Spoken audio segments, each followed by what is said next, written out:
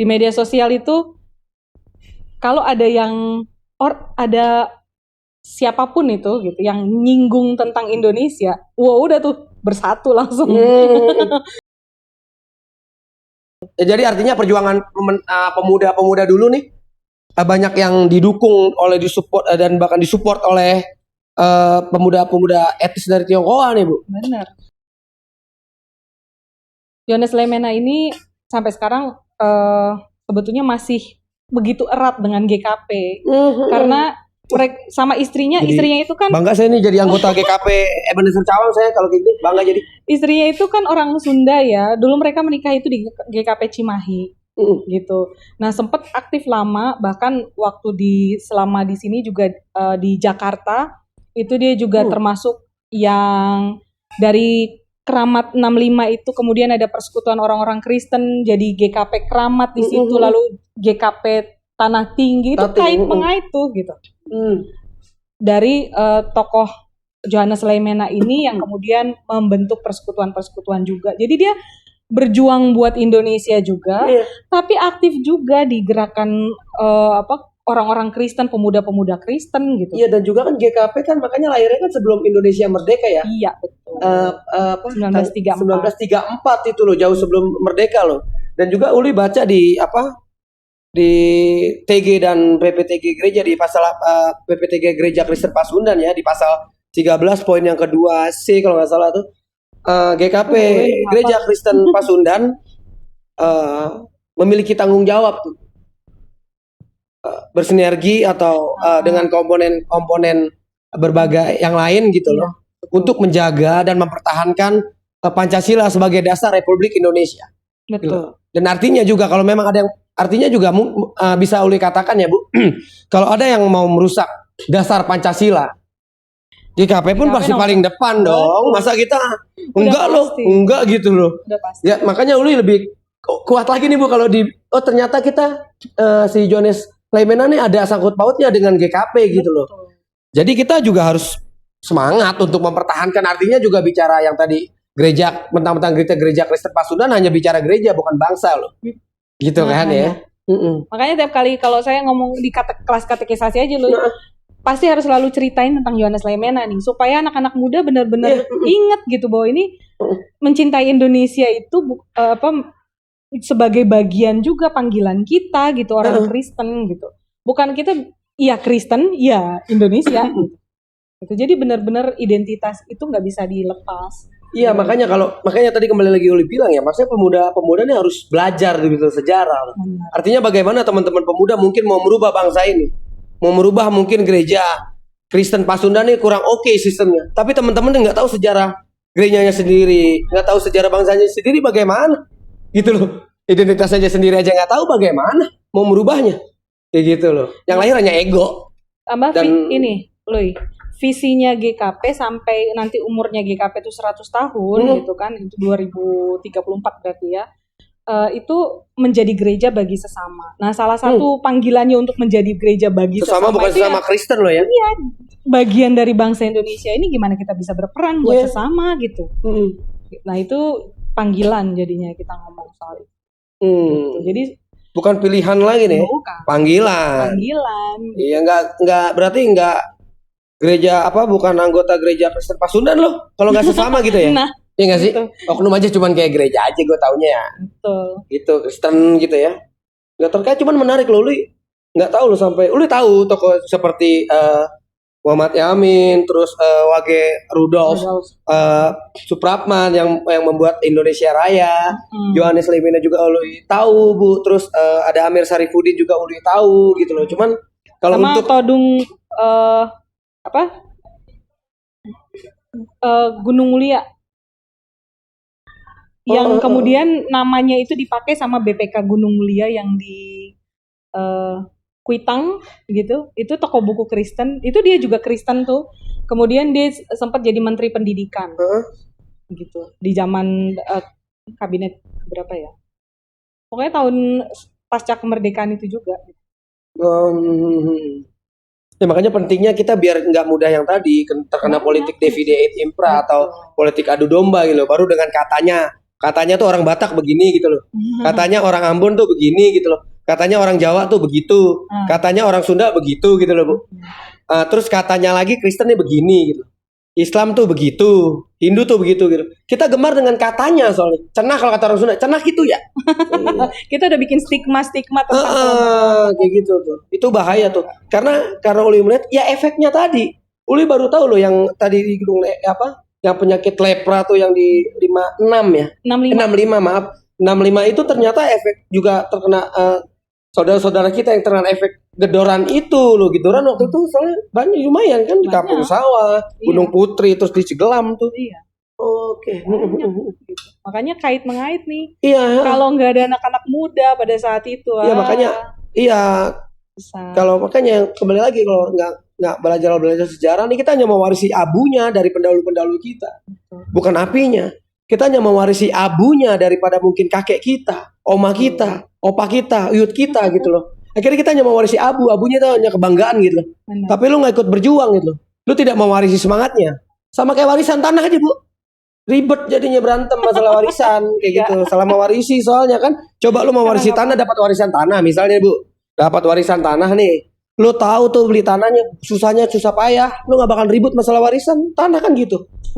Tapi kalau lu cuma warisan tanah suratnya tuh, tapi lu tidak ikut berproses dan berjuang untuk mendapatkan tanah itu, nah lu harusnya cuek gitu loh. Tanah bagian gua nih, gitu loh, Bu. Ya terus tadi analoginya, itu abunya gitu, tuh. Gampang kalau orang mau beli gampang dijual. Itu abunya yang diwarisin, bukan apinya. Kalau itu apinya semangat untuk menjaga, bahkan kita menambah, bukan hanya mewarisi. Gitu loh. Makanya kita harus menjadi pembaharu gitu loh. Karena pemuda sekarang, gitu kan beda masa, beda orang, Bu. Dan beda masa, beda orangnya. Beda tantangan juga. Dan beda orang, beda masanya. Dan kita pemuda pada zaman ini adalah kita raja di zaman kita saat ini. Oke kalau itu ya. Paket nggak terlalu, wah Uli kayaknya ini banget nih, strike banget sih gitu. Nggak terlalu nggak gitu ya, nggak strike ya. Harus ada semangat itu. Harus lah idealis. Ya. Pemuda tuh jangan yang ya udah gimana aja gitu. Terserah deh. Gitu. Aduh itu kasihan kalau kayak gitu. Cuman ya makanya Uli juga tekankan sama teman-teman pengurus pemuda nih ya. Juga berbicara benci tuh. Mungkin teman-teman pengurus muda nih udah begak tuh kupingnya, apalagi JJ kayak udah denger berapa kali tuh JJ Ige tuh terus tuh Tasya, Bona gitu loh, Gendis, kayak Velin tuh udah kayak begak denger Uli selalu ngomong gini. Karena Uli selalu bilang kalau kita jadi pemuda jangan takut dibenci. Benar. Gitu loh. Selama itu benar ya, itu yang pertama. Yang kedua, Yesus Kristus gitu loh. Dengan rasul-rasulnya aja yang maksum itu tidak tersentuh oleh dosa, dibenci, Bu. Apalagi kita cuma debu. Gitu. Yang habis ini kita berdoa gereja terus bikin dosa lagi kayak gitu. Nah, Bu, itu tuh. Nah, masukan ya menurut Ibu Elsa nih, masukan budaya lain tentunya kan akan berdampak pada ideologi atau kepercayaan dari tiap-tiap pemuda itu sendiri tuh. Bagaimana tuh pandangan Ibu terhadap hal ini tuh? Tadi ya sebetulnya termasuk yang tadi harus belajar sejarah. Iya, kalau misalnya perlu diluruskan identitasnya ya diluruskan gitu. Tapi ketika itu menjadi satu perkembangan yang baik ke arah yang baik, nggak masalah sih gitu. Makanya yang penting diobrolin gitu untuk bergaul sama yang lain supaya membuka wawasan dan akhirnya kita mengenal tadi. Tapi gini nih, kalau kita nggak ketemu sama orang lain gitu yang berbeda, kita nggak akan semakin mengenal siapa kita. Gitu. Kita nggak akan cari tahu nih, nggak akan cari tahu, tetap tertantang dengan misalnya gini, kita ketemu sama teman-teman yang dari gereja lain, terus udah gitu mereka nanya soal GKP tuh kayak gimana sih, terus kita yang mentok kan, akhirnya kita cari tahu sendiri kan tentang gereja kita gitu. Sama, kita ketemu sama teman-teman dari agama lain, dari negara lain gitu, terus udah gitu mereka tanya tentang identitas kita tadi gitu, terus kita mentok, kita akan cari tahu gitu. Nah, makanya yang paling penting adalah jangan takut juga ketika ada budaya lain, bertemu dengan agama lain. Pun jangan langsung anti kan. Jangan langsung anti, tapi ya itu tadi, kita juga makin belajar untuk bisa menyaring gitu, cari tahu lebih banyak. Jadikan budaya lain itu justru menjadi tantangan, agama lain juga tantangan untuk makin mengenal siapa diri Ya, kita. jati diri kita sendiri. Biar jejak tuh akarnya kita makin dalam tuh ya Bu. Makanya Uli tadi sepakat banget sama Ibu tentang tadi bersentuhan dengan orang lain ya. Maksudnya kan orang-orang yang kaku ini adalah orang-orang yang sebenarnya jarang Bu bertemu sama orang-orang yang berbeda sebenarnya. Itu ketahuan tuh. Akhirnya dia kaku ketika harus menyikapi suatu perbedaan. Betul. Gitu loh. Betul. Langsung Kelihatan sih. ketahuan lemah banget, makanya Uli pun gak lihat orang dari titelnya lah ya, jujur aja ya. Lihat orang gitu lah. Bukan dari titelnya, gitu. Bukan dari pendidikannya, tapi dari attitude-nya aja, menghargai orang lain gitu. Kayak gitu. Itu yang lebih oke tuh Bu. Karena menurut Ulu ya, kalau menurut Uli pribadi, kalau mau ngeliat orang aslinya, taruh dulu titelnya, taruh dulu agamanya, taruh dulu sukunya, dan siapa keturunannya ya, mau darah biru, darah oranye, itu taruh dulu tuh. Nah, baru teman-teman bisa lihat siapa dia sesungguhnya. Itu ketahuan, itu nggak bisa dimanipulasi tuh sama bahasa-bahasa tersirat ya, atau tersurat. Menurut Ibu Elsa nih, apa peran gereja dalam kehidupan pemuda Kristen saat ini? Adakah dampak perubahan terhadap masuknya budaya lain terhadap kehidupan pemuda? Pengaruhnya iya ada pasti gitu ya. Misalnya aja ngomongin soal musik, anak-anak muda zaman sekarang kan musiknya kebanyakan akhirnya ini juga kan pakai musik-musik yang lebih ke barat-baratan. Tadi kalau ngomongin seruannya Soekarno itu kan jelas ya. Gitu. Kalau nggak salah Kus pernah pernah dipenjarain tuh kan sama Soekarno kan karena terlalu copy paste sama si The Beatles. Nah gitu, jadi identitas kita belajar juga dong gitu dengan musiknya, musik daerah gitu. Belajar juga gitu bahwa kayak di nyanyian rohani kita, buku Kidung Jemaat, PKJ gitu, Kidung Keesaan, itu kan banyak banget tuh musik-musik yang etnik daerah dari suku gitu, daerah di Indonesia. Nah itu juga sebetulnya itu yang kelihatan gitu. Kelihatan banget ngomongin dari soal musik, tapi ada banyak juga kalau ngomongin soal ideologi tadi bisa juga ada banyak gitu. Tapi yang paling penting kita makin mengetahui banyak hal juga gitu dari luar, tapi jangan lupa juga untuk cari tahu tentang di dalam kita itu kayak gimana. Iya, gitu. Berat ini sebenarnya. Iya. Ya kalau perlu dari dalam yang dikuatin. Nah itu. Agar kita bisa menjadi orang fleksibel ya. Tapi perlu juga digarisbawahi nih teman-teman pemuda ya. Fleksibel itu bukan seperti orang yang oportunis ya. Yang seneng terus gue bisa ngobrol sama lu ketika karena aja gue mau cari kepentingan dan keuntungan ya. Fleksibel kamu tuh bisa masuk ke semua ruang, tapi tetap dengan idealis kamu. Itu fleksibel. Kayak gitu. Nah menurut Bu Elsa nih, bagaimana cara pemuda Kristen dalam mempertahankan nasionalis dan agama yang dianut? Gimana caranya? Kadang-kadang goyang tuh Bu. Maaf dulu nih sebelum Ibu bicara nih, Uli tambahin lagi nih Bu. Kadang-kadang nih kita kayak transfer pemain tau gak lo? Wah agama A ke Kristen nih, oke kita menang nih. Terus agama Kristen ke agama lain nih, wah sedih, kita sendiri tuh sedih.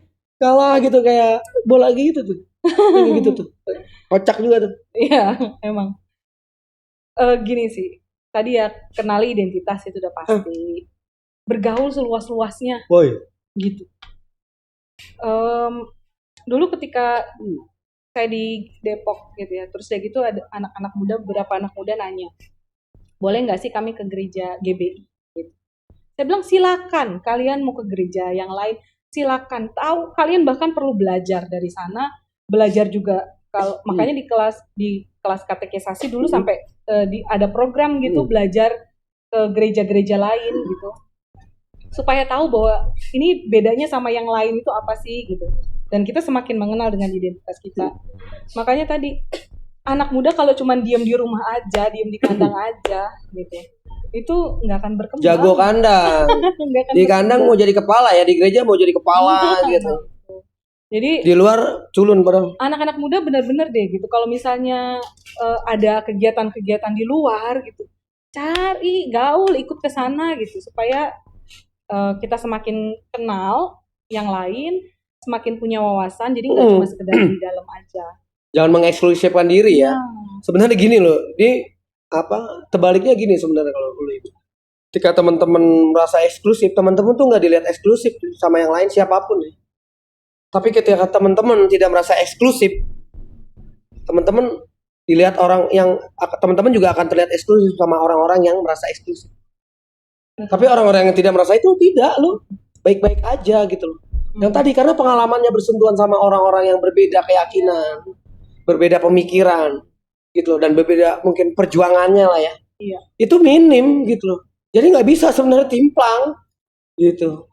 Semakin kenal banyak orang dan perbedaan, kita akan semakin belajar untuk memahami orang lain. Tadi akhirnya ke attitude kita, ke etika kita, itu jadi lebih bisa ngontrol diri. Dan pun mendefinisikannya beda, Bu. Kalau misalnya gini loh, boleh ngasih contoh lah ya. Misalnya definisi perbedaan. Nah, orang yang nggak ada attitude-nya tuh, Bu, ancaman tuh, Bu, dianggapnya, Bu. Ancaman. Padahal keadaan yang paling benar dan sungguhnya adalah perbedaan, Bu. Gitu loh. Atau analogi sama misalnya kesabaran. Nah, orang yang jarang gaul apa yang tadi attitude-nya kurang, mereka pasti bilangnya sabar adalah pilihan. Gitu loh. Iya kan? Sabar ada batasnya tuh gitu tuh katanya, Bu. Cuman kalau menurut lu pribadi bicara kesabaran adalah kekuatan ya.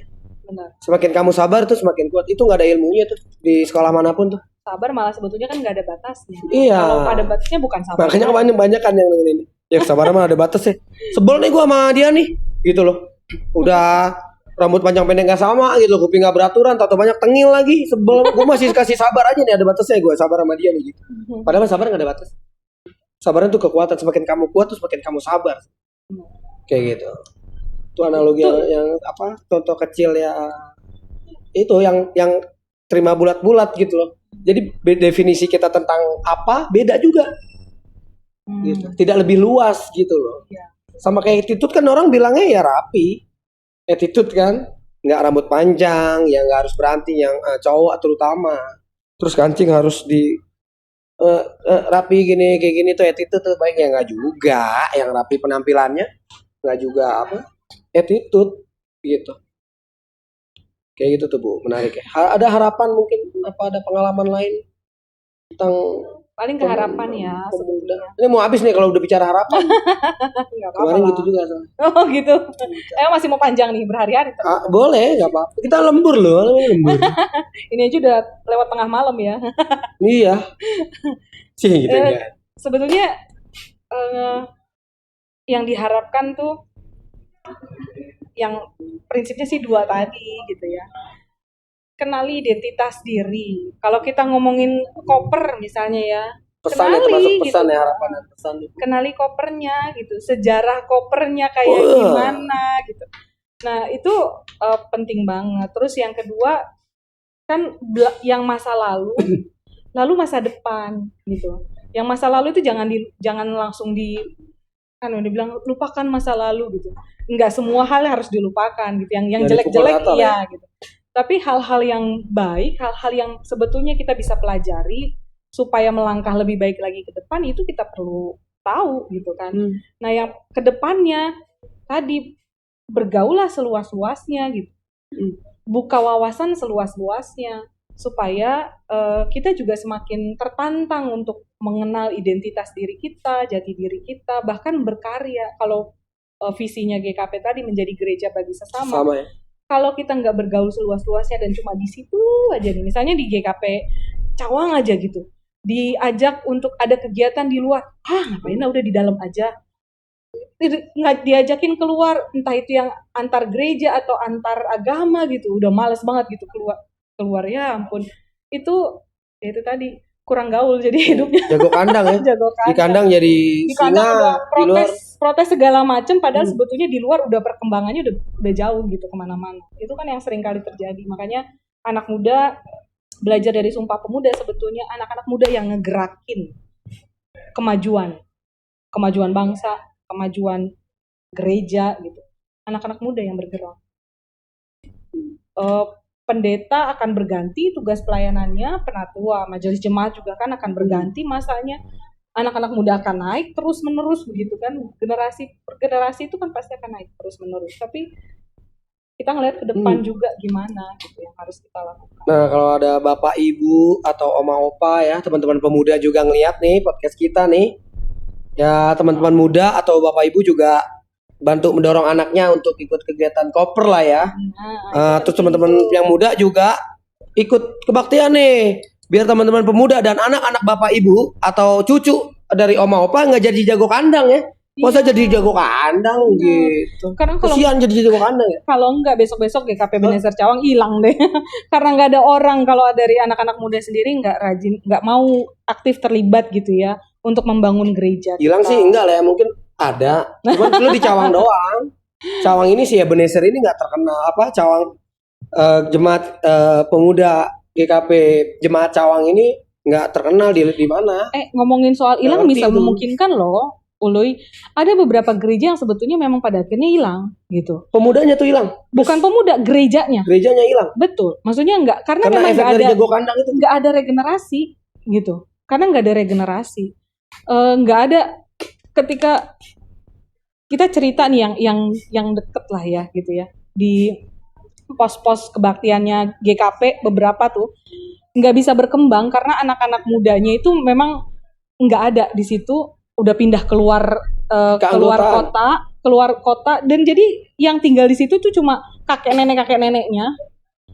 Akhirnya udah benar-benar dari pos kebaktian jadi benar-benar nggak ada lagi anggota jemaatnya di situ jadinya gitu, karena nggak ada yang regenerasinya, nggak ada gitu. Makanya kenapa bilang pemuda itu penting gitu ya. Komisi Pemuda Remaja itu penting karena yaitu untuk terus menerus ya regenerasi supaya gereja itu tetap hidup, supaya gereja itu tetap berkembang gitu. Makanya kenapa Sumpah Pemuda itu bisa berpengaruh untuk kemerdekaan bangsa ya, karena yang gerakin itu anak-anak muda. Jadi semangat anak muda itu yang teruskan, jadi dari generasi ke generasi anak muda yang gerakin. Iya. Perekonomian Indonesia bahkan sampai sekarang juga kan gitu, anak muda yang gerakin. Iya. Gitu. Jadi gereja juga sama. Bukan berarti kemudian gereja nggak mungkin hilang. Bisa habis gereja. Gereja semuanya apa gereja? Cawang. Bukan gereja kita. Ada dosen pendeta nih ya, sorry sedikit ya gitu. Yang pernah bilang gini, kamu yakin nggak gerejamu akan terus bertahan? Kamu yakin nggak GKP itu bakalan terus ada 1000 tahun lagi gitu misalnya gitu? Okay. Belum tentu. Gereja mula-mula aja hilang kok gitu kan. Yeah. Gereja rasul-rasul itu yang pertama kali rasul-rasul bentuk itu mana? Udah nggak ada gitu kan. Entah yang pas perang salib, perang sabil, apapun gitu itu kan, perang-perang hilang, benar-benar hilang gitu kan. Nah itu bisa jadi gitu. Tapi walaupun umat Kristennya tetap bertambah gitu, itu iya gitu. Tapi gerejanya nih gitu. GKP Ebenezer Cawang. Nah itu dia. Keegoisan yang pendahulunya juga tuh ya. Makanya dari ya bapak-bapak, ibu-ibu yang kalau lihat podcast ini juga perlu menyadari, kasih ruang juga buat anak-anak muda untuk berkreasi. Gitu. Itu penting karena anak-anak muda balik lagi yang akan terus mengembangkan pelayanan gereja. Gitu. Bahkan perkembangan dunia ini, perkembangan bangsa ini. Itu penting. Perlu juga sih sebenarnya teman-teman koper pengurus periode pengurus 2002-2024 ini sebenarnya untuk oma opa gitu loh, komisi-komisi yang lain gitu loh, atau teman-teman pemuda yang lain untuk dikomentari dan dikritik itu perlu banget. Kami sangat sadar kami itu masih banyak kekurangan ya sebenarnya Bu ya. Kalau untuk mau komentar, kita tidak menutup sama sekali untuk kritik dan komentar Bu, tetapi perlu dibaris bawahi dan perlu dicatat gitu loh. Kita hanya menerima komentar dan kritik terkait dengan triwawasan GKP, wawasan ke-GKP-an, wawasan ekumene, dan wawasan kebangsaan dan kemasyarakatan, dan terkait juga dengan TG dan PPTG Gereja Kristen Pasundan. Karena menurut Uli pribadi, komentar dan kritik di luar daripada itu gitu loh, ini sudah menciderai hak-hak internum dari teman-teman pengurus koper periode 2022 dan 2024. Dan ini adalah produk-produk dan tentunya dari orang-orang yang krisis identitas nih Bu. Gitu. Produk-produk dari orang-orang yang lebih cepat berkomentar daripada berpikir kayak gitu. Jadi itu aja sebenarnya. Kalaupun ngasih kritik boleh. dasarnya kuat. Dasarnya gitu. apa dulu? Yang kita Uli bilang kan harus free wawasan GKP, TG dan PPTG Gereja Kristen Pasundan. Ya kalau ngeritik cuman yang dikritik lebih tahu sejarah gimana dong? Yang lebih bisa menyelami gitu loh. Bukan bicara benar atau salah ya, tapi Uli yang meyakini Bu, dan Uli imani. Yang namanya kebenaran tuh nggak bakal pernah tertukar, walaupun kita harus dimusuhi, walaupun harus dibenci berapapun orang. Yang namanya kebenaran tuh nggak bakal pernah tertukar dalam hidup. Oke, gitu. Mungkin Ibu ada pesan lagi sebelum kita. Pesannya tadi yang pasti diharapkan semua bisa mendukung ya gitu, bukan hanya anak-anak muda tapi juga orang tua siapapun gitu ya dari berbagai generasi untuk